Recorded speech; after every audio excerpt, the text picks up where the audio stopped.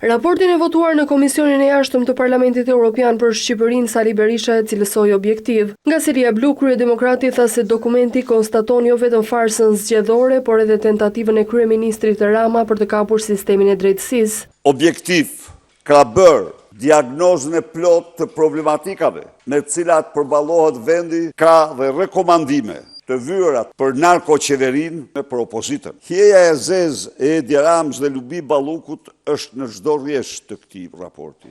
Ripërsëriti se kushtet ndaj Shqipërisë janë rritur dhe në shenjestër të akuzave për mashtrim dhe fyrje ndaj shqiptarëve vuri edhe ministrin e Jashtëm Ferit Hoxha. Arrogant dhe i pacip.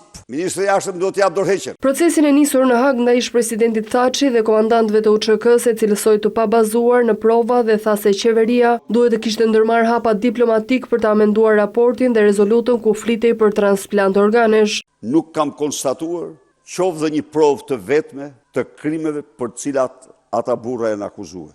Thirrja ime ka qenë është ndaj gjykatës shpallja e pafajësisë tyre. Gjatë një takimi me degën 16 të Partisë Demokratike në Tiranë, ku vjoi foltoren e tij, Berisha deklaroi se opozita ndodhet në një fazë vendimtare të përballjes politike. Jemi në kilometrë e fundit. Përsëri, rruga është e vështirë, por absolutisht Edi Rama është i pashpres. Dhe ne do ta bëjmë të kilometër, do ta bëjmë për sakrificën tonë, do ta bëjmë për fëmijët tanë dhe të ardhmen e tyre.